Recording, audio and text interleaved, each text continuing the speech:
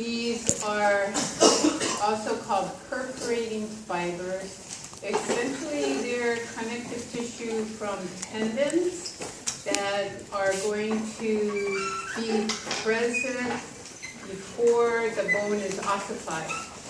So they'll penetrate the fibrous periosteum, they'll go through the cellular layer of the periosteum into the collagen that's been laid down by the fibroblasts, and then the osteoblasts will come and lay down the immature bone, and then it will get remodeled into the mature type of bone.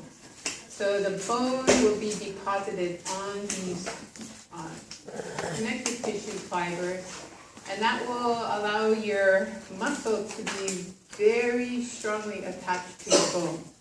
If it was just blending in with the fibrous periosteum or fascia, you imagine these big, strong men who pick up kegs and throw them over these high things, or pull buses with a rope, or carry cars on their shoulders. When they do that kind of massive lifting, you'd rupture your tendons right off your bone.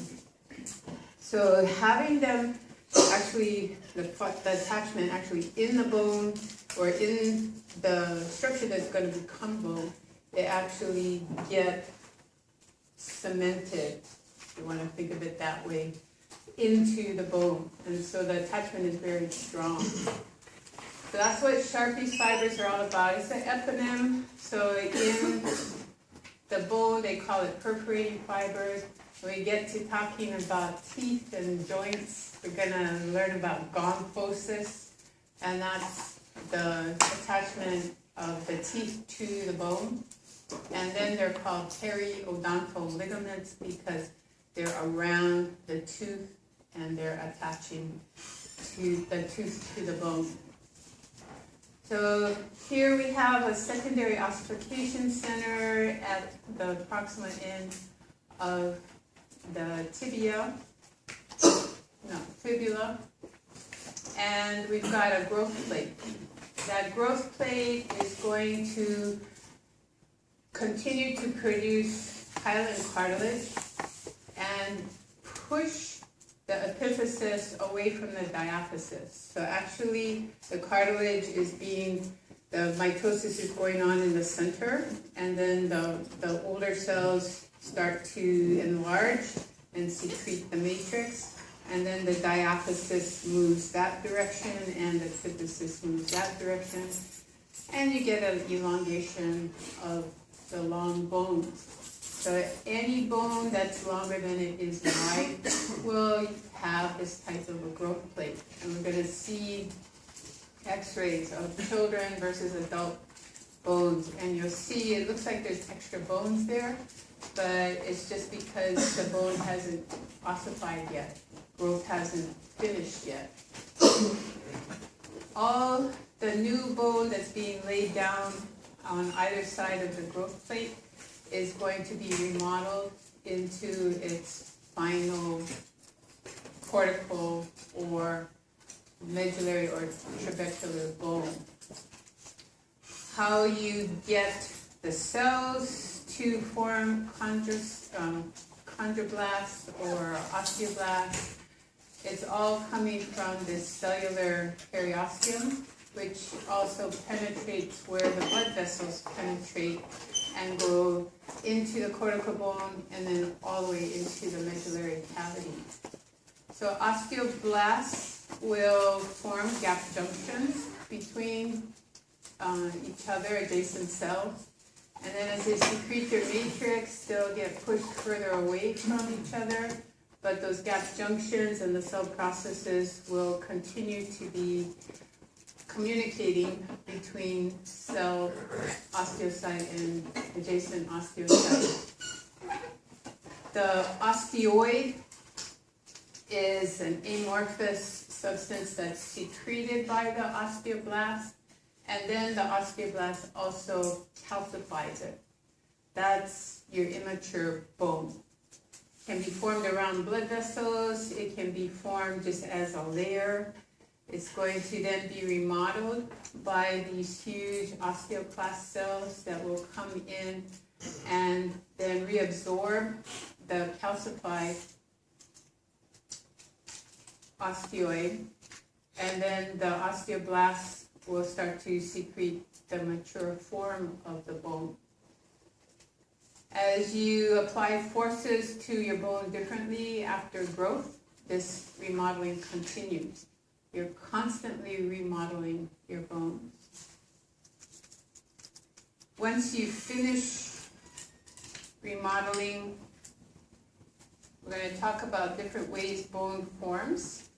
And we have what's called dermal or intramembranous bone formation and endochondral bone formation.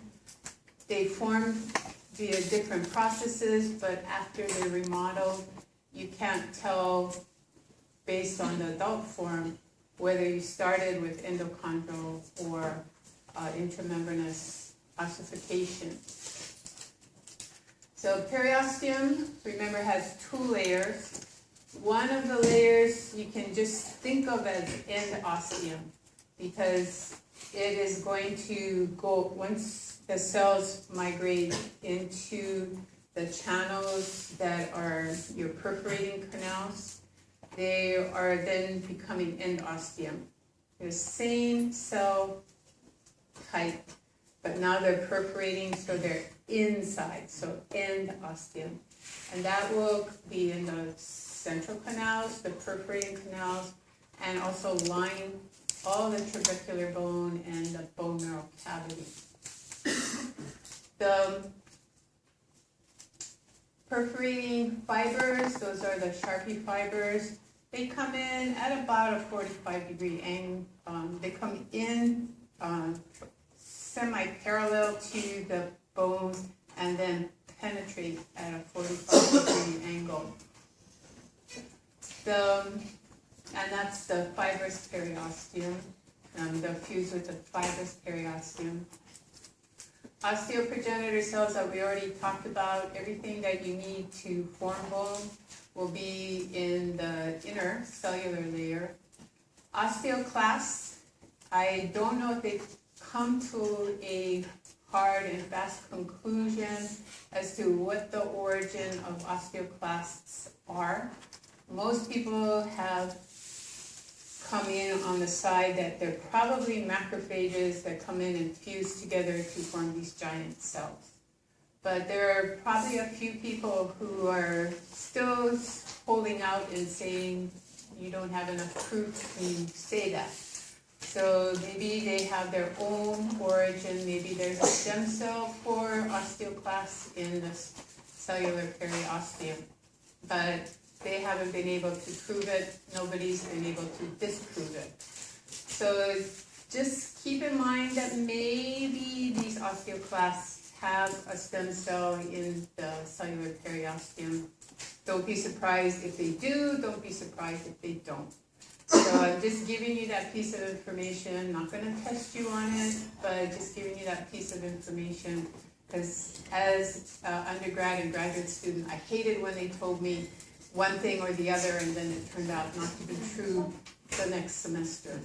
So anyways, so endosteum is essentially the same thing as the cellular layer of periosteum. It will line your Haversian canals, which are your central canals, and your perforating canals, which are your Volkmann's canals. I'm not going to test you on Haversian or Volkmann. Again, it's an eponym, so I'm just giving it to you because it's present in your textbook. And if one term is not there with the other term, you might think it's talking about a different structure, but it's not. So everybody is supposed to use central and perforating canals, but the textbooks still don't. So you need to have some explanation. So periosteum, the term means around, so around the outside of the bone. Its job is to isolate and protect the bone. If you've known anybody who gets an infection in the bone, you know that it's very difficult to get rid of that infection. You have to put an individual on really high doses of antibiotics to even touch it, to even get a little bit of control over an infection that's gotten into the bone. And with those high doses of antibiotics, you screw up the person's hearing, you screw up their digestive tract. There's a lot of side effects to that treatment. So best to treat the infection before it gets into the bone. One way to slow the pathogen from getting into the bone is to have a good periosteal layer that just serves as a barrier to these bacteria. The protection, so it isolates and it protects. It also serves as an attachment point for your blood vessels, your nerves, and your lymphatics that will be penetrating the bone. So they come in from larger tributaries and then attach to the periosteum and then branch and go into the developing bone. The cellular periosteum is involved in bone growth and also bone repair. If the cellular periosteum or the endosteum is damaged when you break a bone, if it's severely damaged, your bone heals very slowly. Typical bone heals probably in 6 to 8 weeks. The cast comes off. It's not that it's completely repaired, but if you leave the cast on longer, the muscles get too weak, the joints get too tight. So as soon as there's ossification, you take the cast off, and then the person's supposed to be very careful with what they do with that bone, because it's susceptible to fracture. It's not completely healed yet. If you have a fracture where the whole bone is displaced and it's ripped the endosteum, it's ripped the periosteum, that's going to take longer than 6 to 8 weeks to heal. And sometimes it doesn't heal at all, and you actually have to put electrical charges across the bone to stimulate the calcification to get the bone to repair itself. So